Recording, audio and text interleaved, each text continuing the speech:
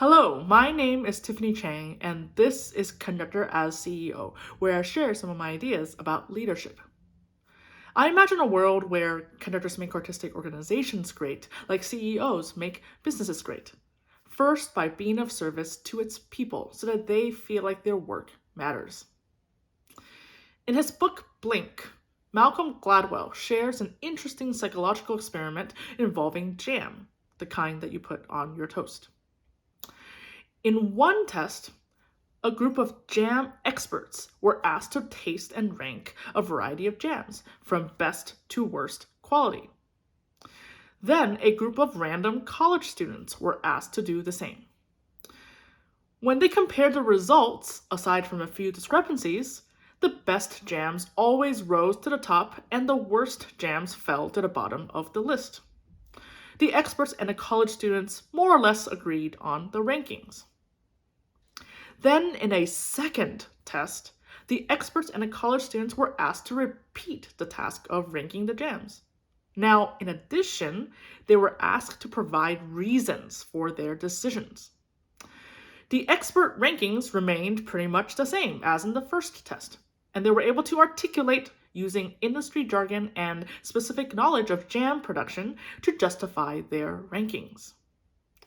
The college students, on the other hand, ended up with jumbled rankings that placed some of the worst jams towards the top and the best jams towards the bottom of the list. So what happened? The researchers believe that when one is asked to provide reasoning, the decision-making is moved from the subconscious to the conscious mind. And because the college students lacked the vocabulary and knowledge to justify their gut reactions, they swayed away from their intuition in an effort to justify their decisions. The study warns us of the dangers of thinking too much.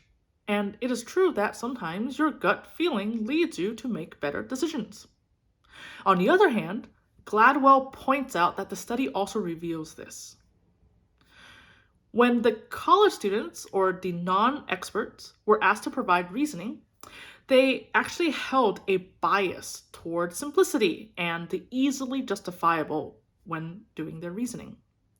In other words, having to provide reasoning for their rankings without the expertise to do so made them avoid complexity when making decisions.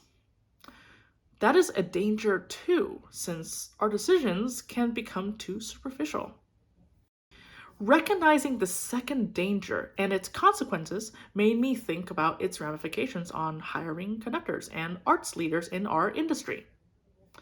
Our hiring committees need to be diverse and usually consists of musicians, community members, other organizational leaders, stakeholders, and staff members. In other words, this is normally a group of non-experts in conducting or arts leadership. They have experience in those areas and work with people in those areas, but they're not necessarily experts. Let's consider what happens when these non-expert hiring committees, like the college students in the JAM test, are tasked with justifying their decisions. What do we end up saying? Well, we end up saying things like, this feels right, or I really like this person, or they feel like a good fit, without being able to concretely articulate specifically why they feel this way. Lacking expertise and specific vocabulary, we hold a bias toward the simpler reasoning because we are human beings, not because we are malicious or pretentious. It's just the way that we are. Now let's consider this. How often are conductors hired based on rankings and reasoning made by a group of conductors? How often are arts leaders hired based on rankings and reasoning made by a group of arts leaders? Never. That wouldn't be practical, nor realistic. But I'm curious to imagine what kinds of decisions would result. Would it be better or worse? Thinking more about it, it's probably more of an ideal world scenario than a practical one.